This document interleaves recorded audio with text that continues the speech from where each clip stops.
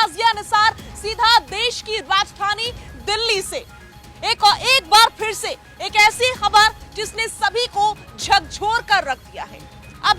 अभी तक श्रद्धा murder case पूरी तरीके से सुलझा भी नहीं है कि एक दूसरे मामले ने सामने आकर के सभी को हैरान परेशान कर दिया है। जी हां, एक बेटी को फिर से मौत के घाट उतारा गया और उसका शव फ्रिज में रखा हुआ पाया गया, जिसके बाद से एक बार फिर से सवाल वही खड़े हो रहे हैं कि आखिर ये हो क्या रहा है।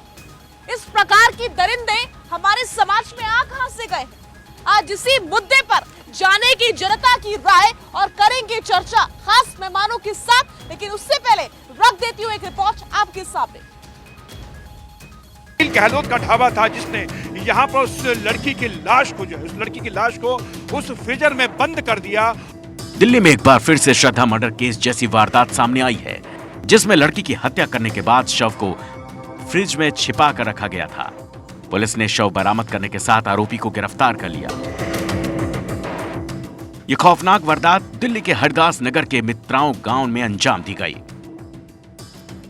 एक लड़की जो लड़के से प्रेम करती थी, उसके साथ रहती थी, लेकिन उसी लड़के ने उस लड़की के विश्वास को, प्रेम को तार तार करके रख दिया, उसकी हत्या करके रख दी। हम आपको बता दें कि मित्राओं गांव को वो इलाका है जहां पर ये ढाबा जो आप देख रहे हैं, ये ढाबा जो है गवाह है उस घटना का, उस वारदात का, जहां पर एक लड़की को कत्ल करके उसके शव को इस ढाबे के अंदर फ्रिज के अंदर रखा गया। वो लड़की को अपने साथ बिठा कर ले गया आईएसबीटी यानी कश्मीरी गेट, वहां पर ले जाकर गाड़ी के अंदर लड़की की गला दबाकर हत्या कर दी और उसके बाद वो शव को सीधा अपने इस होटल में लेके आ गया। दरअसल साहिल गहलोत अपनी गर्लफ्रेंड के साथ 2018 में लिव इन रिलेशनशिप में रह रहा था।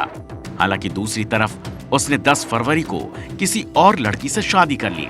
जब उसकी गर्लफ्रेंड को शादी की जानकारी हुई तो उसने शादी तोड़ने का दबाव डाला। इसी दबाव के चलते साहिल ने कार में गला घोटकर लड़की की हत्या कर दी और उसकी डेड बॉडी को ढाबे के फ्रीजर में रख दिया। स्थानीय लोगों का कहना है कि साहिल ने यह ढाबा कुछ दिन पहले ही खोला था। खड़ी थी 8-10 पुलिस की, ये नहीं पता वो क्या फंड था क्या नहीं था। ये सामने मेरा खेत है, मैं यहाँ से तो मैं वापस अपने घर चला गया। हमने बात नहीं करी, 11:30 बजे की बात सुबह। अच्छा हाँ, ये ढाबा तो मेरे ख्याल में 1.5-2 महीने से चालू है। अच्छा, उससे पहले ही नहीं था। अच्छा, पहले गौशाला ही थी। किसी ने फ्रिज में शव रखे होने की जानकारी पुलिस तक पहुंचा दी और आरोपी पुलिस के शिकंजे में पहुंच गया। वरना अगर साहिल को वक्त मिलता तो मुमकिन है कि वो इस लड़की के शव को भी श्रद्धा की तरह बेरहमी से कहीं ठिकाने लगा देता। सुरेश झा, भारत 24, दिल्ली। तो अभी तक श्रद्धा हत्याकांड जो है पूरी तरीके से इस मौत के मामले की गुत्थी सुलझी भी नहीं है कि एक और नया मामला सामने आ गया है जिसने दिल्ली को एक बार फिर से झकझोर कर रख दिया है। सवाल यही कि आखिर इस प्रकार के दरिंदों का इलाज क्या है। भैया, क्या लगता है आपको? अभी तक श्रद्धा मर्डर केस पूरी तरीके से सॉल्व भी नहीं हुआ है, मर्डर मिस्ट्री क्लियर भी नहीं हुई है कि एक और नया मामला जिसने दिल्ली को नहीं पूरे देश को झकझोर कर रख दिया। ये हिंदुस्तान में ऐसा होता रहेगा। यहाँ कानून नाम की कोई चीज़ नहीं है। आपको कानून सख्त करना चाहिए। आप 30 दिन के अंदर फैसला करके किसी को फांसी क्यों नहीं देते या किसी को जेल क्यों नहीं करते? अब सालों साल 50 साल लगेंगे क्या किसी चीज़ को? अब वो खेरी वाला था, अब वो उसने लड़कों को मारा, बाहर है, या वो सेंगर था वो बाहर है, या दूसरे भी। वो कांग्रेस बीजेपी वाली बात नहीं है। आपके यहाँ कोई कानून नहीं है, समझ लीजिए। या आप रोज डिस्कशन करेंगी, रोज डिबेट करेंगी और कुछ भी नहीं होने वाला। कोई भी पॉलिटिकल पार्टी कुछ भी करने को तैयार नहीं है, समझ लीजिए अच्छी तरह। लड़की मरे, लड़का भी दूसरा मरा, हर जगह ये होता रहेगा, आम है। ये दिल्ली में नई कोई चीज नहीं है, ये आम हो गया 50 साल से। लेकिन अब वो आवाजें बुलंद क्यों नहीं हो रही है जब हिंदू मुसलमान के टाइम पर होती है जो आवाजें बुलंद? इस मामले में कोई हिंदू मुसलमान नहीं है तो कोई कुछ बोलेगा ही नहीं। वो ठीक है, इसका मतलब बोलने के लिए छोड़ा ही नहीं है, क्योंकि अगर हम बोलते भी हैं तो हमारी आवाज कहाँ जाएगी? हमारी सुनता ही कोई नहीं, सारी पब्लिक की कोई नहीं सुनता। सिर्फ उन्होंने वही करना है जो उनको ठीक लगता है। अब सबसे बड़ी बात यह है, अगर कोई ऑन द स्पॉट पकड़ा गया जिसने 35 मर्डर किया श्रद्धा केस में, गवाहियां ढूंढो, हड्डियां ढूंढो, अब सब कुछ पता ही है, उठा के अंदर करो। अब वो कह रहा है मुझे पूरा डोजियर दो, मुझे वो दो। ठीक है, हाँ भैया। देखिए, ये घटना घटी है, इसका हम निंदा करते हैं और ये भी चाहते हैं जैसे मानसिक विकृत के लोग होते हैं, जो कानून भी बना है, संविधान भी है, पर यह है कि हमारे यहाँ कानून जो चलता है तो अपने सिस्टम से चलता है, एकदम ऐसे नहीं चलता। जो लोग कहते हैं कि ऐसे हो जाए, तो बाहर के जो एजेंट होते हैं वो लोग ही। देखिए, लिविंग रिलेशनशिप इस प्रकार की जो घटनाएं घट रही हैं, जो क्राइम हो रहा है, भैया क्या लगता है लिविंग रिलेशनशिप एक बड़ी वजह है? देखो मैडम, बात क्या है, आम पब्लिक को कोई वो नहीं मिलता है। जितनी भी पुलिस कर्मी हो चाहे सेना के हो, सब नेता लोग के संरक्षण में पाला जाता है, सब नेता को सेवा में लगे हुए हैं। आम जनता का कुछ भी नहीं है, आम जनता कोई वो नहीं है, कब क्या हो कोई पता नहीं। हम अपने जिम्मेवारी अपनी निभाने पड़ेंगे हमको। जितनी भी पुलिस कर्मी हो, जितनी भी हो, सब नेता को संरक्षण में पाला जाता है, नेता को रखते हैं, उसमें बचाव रखते हैं, समझ गए। हमारे कोई पब्लिक को कुछ नहीं मिलता है सुरक्षा, हमारा सुरक्षा हमको खुद ही करने पड़ेंगे। ठीक है, ठीक है, ठीक है। खास मेहमानों का मैं रुख कर रही हूँ। अनिल गर्ग जी, समझ में नहीं आ रहा है श्रद्धा मर्डर केस, जिससे अभी देश उभर भी नहीं पाया है पूरी तरीके से, बहुत आहत है जनता इस मामले के सामने आने की बात। और अब एक बार फिर से एक नया मामला राजधानी दिल्ली से। देखिए, ये जो मामला है ये सीधा सीधा लॉ एंड ऑर्डर से जुड़ा हुआ मामला है, इसमें तो कोई दो राय नहीं है। लेकिन लॉ एंड ऑर्डर से भी ज़्यादा मेरा ये कहना है, लॉ एंड ऑर्डर का काम है कोई अगर अपराध घटता है तो अपराधियों को पकड़ना, उनको सजा दिलाना, लेकिन अपराध हो ही ना, ये काम सिविल सोसाइटीज़ का, हमारा और आपका है। मुझे लगता है सिविल सोसाइटीज़ का जो काम है उसमें कहीं ना कहीं कोई कमी आई है। अभी आप चर्चा कर रहे थे, हमारे साथी चर्चा कर रहे हैं लिव इन रिलेशनशिप की। ऐसा अनेकों कानून है जो अब इस तरह की इजाज़त दे रहे हैं कि आदमी अडल्ट होने के बाद बिना किसी सामाजिक बंधन के कुछ भी किसी के साथ संबंध बनाता है तो कोई गैर कानूनी नहीं है। तो मुझे लगता है इसका भी एक तरह का प्रभाव है। कहीं ना कहीं हम कल्चर जो हमारी भारतीय सभ्यता थी उसको हम परे हट के पाश्चात्य कल्चर के साथ आ रहे हैं। तो इसके पीछे एक मानसिकता लोगों की ये बन रही है कि आप कुछ भी कर लो, कुछ बिगड़ने वाला नहीं है। हाँ, इस बात को मैं एक और कहना चाहता हूँ, लॉ एंड ऑर्डर में इतनी कमी तो जरूर है, क्योंकि भारतीय कानून का एक सीधा सीधा हिसाब है कि 100 अपराधी छूट जाएं, एक भी निरपराध को सजा ना मिले। उस चक्कर में बहुत सारे अपराधी छूट जाते हैं, एक लंबी प्रक्रिया भी सामना करना पड़ता है, जिसके कारण बहुत सारे अपराधियों को बचने की जगह मिल जाती है। तो उसमें भी कहीं ना कहीं सुधार की आवश्यकता है। ठीक है, ठीक है, ठीक है। एक बार फिर से एक नया मामला सामने आ गया है। हिंदू मुसलमान नहीं हो रहा है, इसलिए शायद आवाज नहीं उठ रही है, लेकिन फिर भी बोलना तो होगा। और कितनी बेटियां शिकार बनेंगी, कितनी बेटियों को कत्ल करने के बाद से फ्रिज में रख दिया जाएगा। देखिए, अभी आपकी डिबेट के अंदर 60 साल की उम्र के दो बुजुर्गवार थे जिन्होंने अपना तजुर्बा व्यक्त किया और बात करी। उनका दर्द देश का वो दर्द था जो दर्द है आज जो हुक्मरान सत्ता में आके बैठे और जिनको सत्ता देश की इन जनता ने निर्भया कांड के ऊपर दी और उस समय निकले थे, वो आज अलग कहाँ चली गई? क्यों नित्य प्रतिदिन उन्माव, हाथरस और उत्तराखंड और यहाँ के कांड होते हैं, और कांड होने के बाद कहाँ चले जाते हैं वो लोग जो मजहब और धर्म की राजनीति करते हैं? और जब इस तरह के कांड आते हैं सड़कों पे क्यों नहीं उतरते? किसकी पहल करते हैं, किसको देखते हैं? और जो दिल्ली का मुख्यमंत्री आज जो यहाँ बैठा हुआ है, जिसने सत्ता ली थी उन निर्भया कांड के ऊपर, उसके रहते हुए देश दिल्ली के अंदर बार बार महिलाएं असुरक्षित क्यों हैं? किस बात की नोटंकी? मार्शल बिठा दिए, ये कर दिए।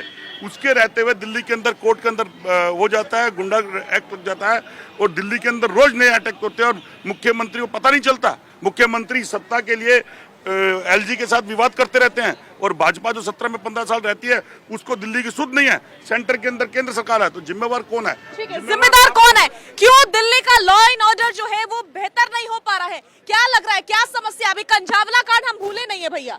कंझावला में क्या हुआ वो सबने देखा। कई किलोमीटर एक लड़की को गाड़ी घसीटती रही इसी दिल्ली में। उससे पहले श्रद्धा हत्याकांड में क्या हुआ वो हमने देखा, 35 टुकड़े करके फेंक दिए गए। और अब एक नया मामला, लड़की के टुकड़े करके फ्रिज में भर दिया गया। क्या चल रहा है ये? बोल नहीं पाएंगे, ठीक है। क्या लगता है भैया ये क्या चल रहा है, क्यों हो रहा है ये सब? ये सब गुंडागर्दी चल रही है, इस पर कंट्रोल सरकार कर नहीं पा रही है। सरकार को कंट्रोल करना चाहिए। ये गुंडागर्दी हर रोज हो रही है, इस पर कुछ कानून बनना चाहिए, ठोस कानून बनना चाहिए। कानून बनना चाहिए, बिल्कुल बनना चाहिए कानून, और स्ट्रॉन्ग कानून बनना चाहिए ताकि उनको पता चल सके कि क्या हुआ है। ठीक है। आखिर बेटियां कब तक असुरक्षित रहेंगी? इसी प्रकार से संजय बिश्वा जी हमारे साथ जुड़ चुके हैं। संजय जी, कमी आपको कहां पर नजर आ रही है? क्यों बेटियां इतनी असुरक्षित दिन प्रतिदिन देश की राजधानी दिल्ली में खास करके होती चली जा रही है? पहले श्रद्धा हत्याकांड, उसके बाद से कंझावला, और अब एक और नया कांड सामने आ गया है जब एक बेटी का कत्ल करके उसको फ्रिज में भर दिया जाता है। देखिए, इसके ऊपर कोई भी राजनीति तो मेरे से नहीं हो पाएगी। यदि कोई राजनीति करता है तो गलत है, लेकिन जिस तरह से दिल्ली में दिन प्रतिदिन ये घटनाएं हो रही हैं, जिस तरह दिन प्रतिदिन ये घटनाएं बढ़ रही हैं, ये चिंताजनक है समाज के लिए। और क्यों है? आखिर जो कानून व्यवस्था दिल्ली की जो संभाल रहे हैं, मैं मानता हूं इसमें परिवार समाज सबकी जिम्मेदारी है, लेकिन सबसे ज्यादा जो अहम जिम्मेदारी है, जिस व्यक्ति को कानून व्यवस्था संभालने की जिम्मेदारी दी गई है, वो व्यक्ति कर क्या रहा है? उनसे क्या दिल्ली की यदि कानून व्यवस्था नहीं संभाल पा रही है तो उन्हें बिल्कुल गृह मंत्रालय को बोलना चाहिए कि भाई मैं इसके लिए बिल्कुल संभाल नहीं पा रहा मेरे से। एलजी दिल्ली की कानून व्यवस्था, भाई कानून व्यवस्था मुख्यमंत्री के अंदर नहीं आता, कैसे राजनीति करते हैं आप राजनीति ना करें, आप राजनीति ना, मुझे अपनी बात रखने दें, मुझे अपनी बात रखने दें। देखिए, सदन में लालच करने के लिए, सत्ता के लिए नित्य प्रतिदिन नूरा कुश्ती एलजी और मुख्यमंत्री की, और दिल्ली असुरक्षित, महिलाएं असुरक्षित, मेरी बहनें असुरक्षित। वोट किस पे लिया था? निर्भया कांड के ऊपर। सत्ता किसने हासिल करी थी? निर्भया कांड के ऊपर। उसके बाद निरंतर आप कहते हैं राजनीति मत करो। अरे हम प्रश्न कर रहे हैं आपसे, अगर आपके रहते हुए आप डीडीसी के अंदर मार्शल करते हैं, आप कहते हैं मैंने दिल्ली को सुरक्षा दी है, उसके बाद आप एलजी पे डालेंगे, भाजपा आप पे डालेगी, तो दिल्ली को कौन देखेगा? त्याग पत्र दे दीजिए, दिल्ली फिर संभाल लेगी कांग्रेस। आप त्याग पत्र दे दीजिए। मैं कह रहा हूँ भाजपा को बोलिए कानून व्यवस्था दे। दिल्ली के पास 3 कानून बनाने का अधिकार, कानून दिल्ली का एलजी देखता है, जमीन दिल्ली का एलजी देखता है। बताइए मुख्यमंत्री क्या करेगा? मुख्यमंत्री एक फाइल भेजता है, एलजी उसको रोक देते हैं, दूसरा फाइल भेजता है, एलजी रोक देते हैं, तीसरा फाइल देखते हैं, रोक देते हैं। दिल्ली को शिक्षित, दिल्ली को ठीक है, तो क्या कांग्रेस और बीजेपी के बीच ही फंसी रहेगी दिल्ली में लड़कियों की सुरक्षा? देखिए, एक बार भाई साहब जरा, चंद्रमोहन जी शांत हो जाए। लड़कियों की सुरक्षा या असुरक्षा जो है, एक बार भाई साहब, एक बार चंद्रमोहन जी एक मिनट। सुरक्षा या असुरक्षा, कोई भी पुलिस, कोई भी प्रशासन किसी के बेडरूम तक नहीं जाती है। हमारे सिविल सोसाइटी का भी काम है, हम लिविंग रिलेशनशिप में रहते हैं। क्या भाषा यूज कर रहे हैं आप कि किसी के बेडरूम तक नहीं जाती है? ये कौन सी भाषा यूज कर रहे हैं आप? ये कौन सी भाषा? अपनी भाषा पर माफी मांगिए, भाषा पर माफी मांगिए। क्या बेटियों की बात है या लड़कियों की बात है? इस प्रकार की अपमानजनक टिप्पणी आप कैसे कर सकते हैं? नहीं, इस प्रकार की अपमानजनक टिप्पणी आप देश की बेटियों पर कर रहे हैं कि किसी के बेडरूम तक पुलिस नहीं जा सकती। सुरक्षा की बात यहाँ नहीं है, तो सिविल फिर सोसाइटी में भी एक गंदा कमेंट, कोई कमेंट सिविल कि किसी के बेडरूम तक नहीं जाते हैं। नहीं चाहेगा उसकी बेटी लिविंग रिलेशनशिप में रहे, नहीं चाहेगा। आपकी क्या जिम्मेदारी है ये बताइए? सुरक्षा व्यवस्था देना, सुरक्षा देना जिम्मेदारी है या नहीं है? सुरक्षा देंगे आप लोग या नहीं? क्या आप किसी के घर के अंदर बेटियों को सुरक्षा देंगे या नहीं? सुरक्षा और सुरक्षा घर के अंदर 4 दीवार। कंचावला बेडरूम में हुआ था क्या? कंचावला भूल गए हैं क्या? कंचावला भूल गए हैं? देखिए मैडम, ये भटकने का विषय नहीं है। बिल्कुल नहीं भटक रही। पूरी दिल्ली मेरे साथ एक ही सवाल पूछ रही है, दिल्ली में बेटियां कब सुरक्षित होगी? निर्भया कांड कोई भूला नहीं। निर्भया कांड कोई भूला है यहाँ पर? निर्भया कांड भूला है कोई? कोई भूला है क्या? कोई भूला है क्या? कंचावला में क्या हुआ कोई भूला है क्या? हाँ, सुन लिया, दिल्ली की जनता भूली नहीं है, दिल्ली की जनता भूली नहीं है। इसलिए जवाब सवाल पर दीजिए, बेटियों पर ओछी टिप्पणी मत कीजिए, बेटियों पर ओछी टिप्पणी मत कीजिए। आपत्ति है मेरी इस पर? नहीं सुनूंगी मैं बेटियों के खिलाफ कुछ भी। मुझे आप जवाब दे दीजिए, भाजपा के प्रवक्ता, उन्माव के अंदर आपने क्या किया? हाथरस के अंदर आपने बिना किसी रीति रिवाज के बेटी का संस्कार करवा दिया, उस पे क्या किया आपने? उत्तराखंड के अंदर जो बीजेपी नेता के कारण बेटी के साथ हुआ, उसका आपने क्या किया?